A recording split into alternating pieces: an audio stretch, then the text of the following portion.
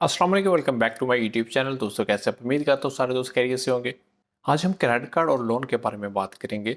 First, credit card अगर आपने लेना है तो आपकी कंपनी लिस्टेड नॉन लिस्टेड दोनों को ही मिल जाता है। अगर आपकी कंपनी लिस्टेड है या नॉन लिस्टेड है, दोनों ही अप्लाई कर सकते हैं और दोनों को ही मिल जाता है। ठीक है, उसमें कैटेगरी ये होती है कि अगर आपकी कंपनी नॉन लिस्टेड है, ठीक है, तो आप उसी बैंक में जिससे लेना है उसी बैंक में अपना सैलरी अकाउंट ओपन करवाना पड़ता है आपको। ठीक है, तो उसमें 3 महीने की स्टेटमेंट बनानी पड़ती है। अगर आपकी कंपनी लिस्टेड है तो फिर आपको उसी बैंक में सैलरी अकाउंट जो है वो ओपन नहीं करना पड़ता।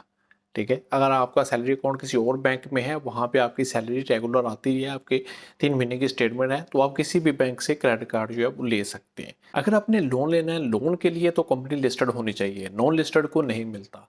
और सैलरी 5000 या 5000 से प्लस हो और आपके पास बैंक की स्टेटमेंट हो 3 से 4 महीने की। ठीक है, फिर ही आप अप्लाई कर सकते हैं। अगर नॉन लिस्टेड है फिर तो नहीं मिलेगा, अगर लिस्टेड है फिर मिल जाएगा। ठीक, अगर आपकी सैलरी 10,000 है, 11,000 है या 15,000 है तो आप 50,000 से अप्लाई करवा सकते हैं। ठीक है, या 50,000 तक आपको मिल भी जाता है। अगर आपकी सैलरी 5,000 है, 7,000 है, 8,000 है तो आप 30,000 से 40,000 तक का मिल जाता है लोन आपको।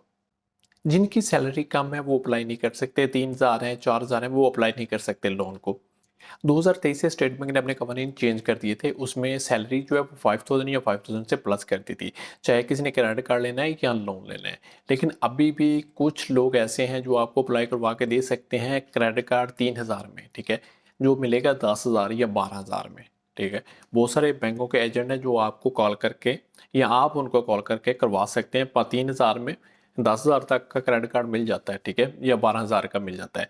तो उसमें ये होता है कि अगर आपने अप्लाई करवाना है तो आपने पहले उसको पैसे देने पड़ते हैं, 2,000 दरम उसको देना पड़ता है। ठीक है, फिर ही वो अप्लाई कराएगा।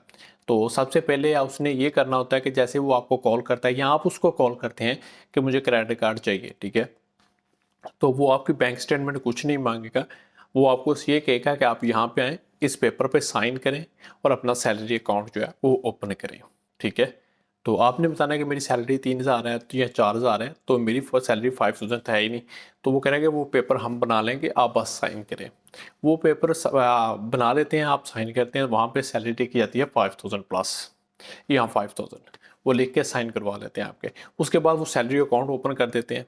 ठीक है, उसके बाद उसी 10 से 15 दिन में, जैसे आपका सैलरी अकाउंट ओपन होता है, 10 से 15 दिन के अंदर अंदर आपका जो क्रेडिट कार्ड है वो आ जाता है विदाउट स्टेटमेंट आए हुए।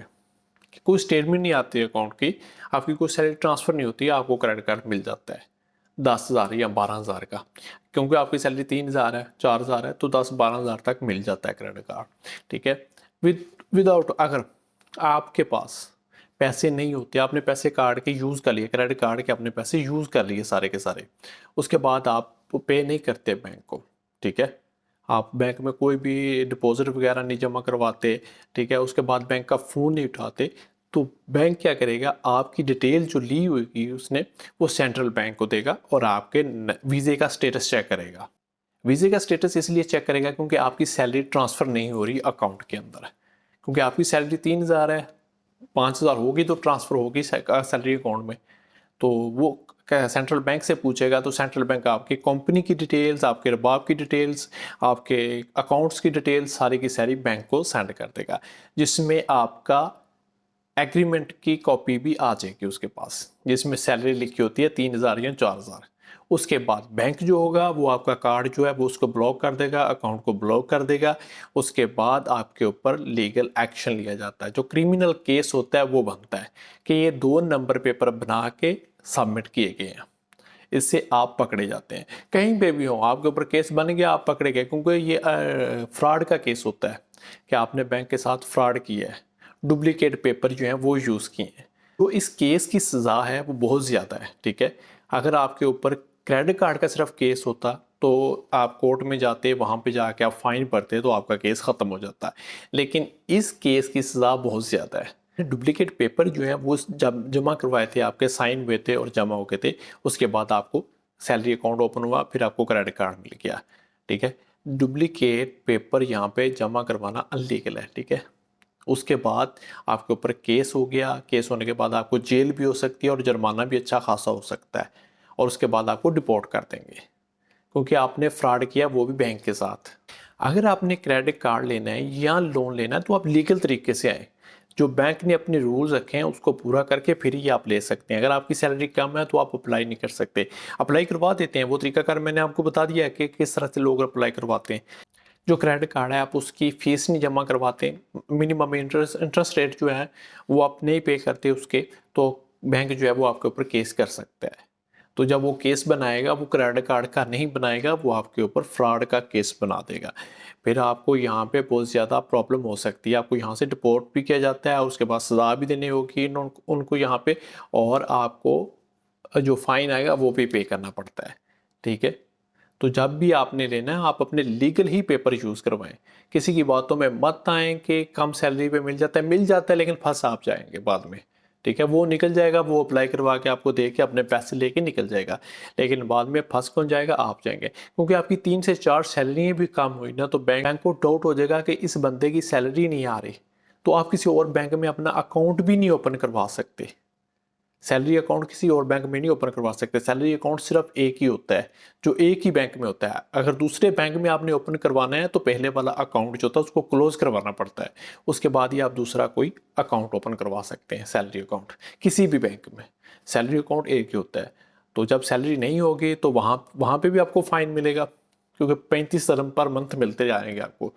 जैसे 5-6 महीने गुजरते जाएंगे वो बढ़ते जाएंगे बढ़ते जाएंगे बढ़ते जाएंगे।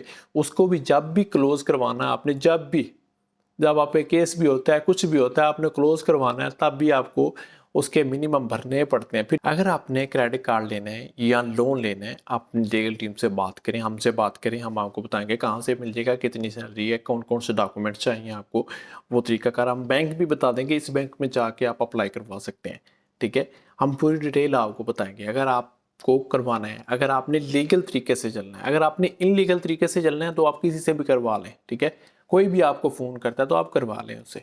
ठीक है, क्योंकि वो आपके डुप्लीकेट पेपर जमा करवा दे या कोई ऐसी चीज़ आपसे ले ले, ओटीपी वगैरह किसी भी चीज़ का, या मुझे कमीशन पहले दे दें आप।